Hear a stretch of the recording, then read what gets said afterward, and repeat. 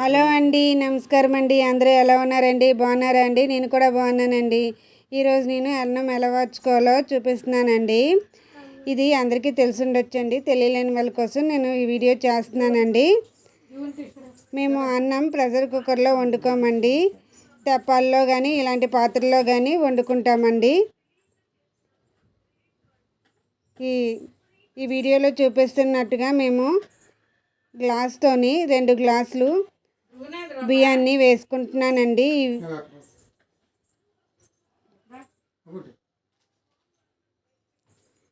ఇప్పుడు ఇలా పోసుకున్న బియ్యం ఏదైతే ఉందో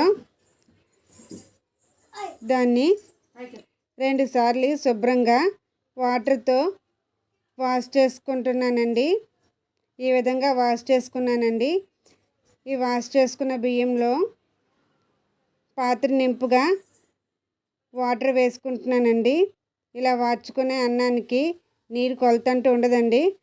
నీళ్ళు ఎక్కువగానే పడతాయి. ఇప్పుడు ఈ పాత్రని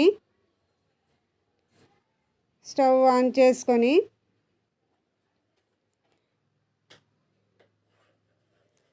స్టవ్ మీద ఈ పాత్రని పెట్టుకుంటున్నానండి. హై ఫ్లేమ్లోనే బియ్యంని ఉడకబెట్టుకోవాలండి.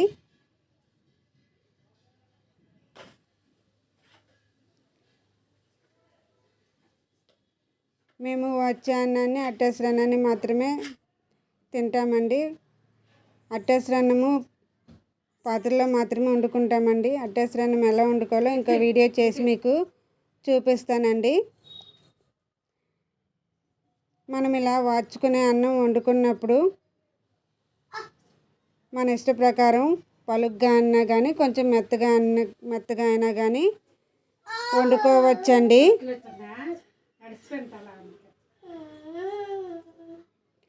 ఇప్పుడు మంటని హై ఫ్లేమ్లో పెట్టుకొని బియ్యాన్ని ఉడకబెట్టుకుంటున్నాం కదండి.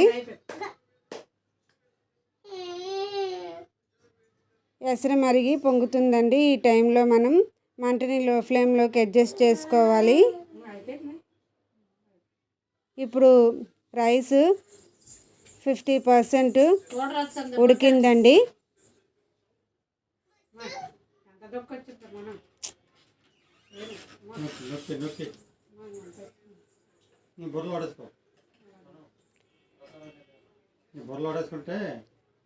ఫిఫ్టీ 50% ఉడికిందండి.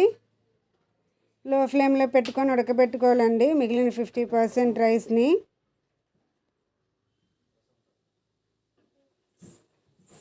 అన్నం ఉడికిపోయిందండి.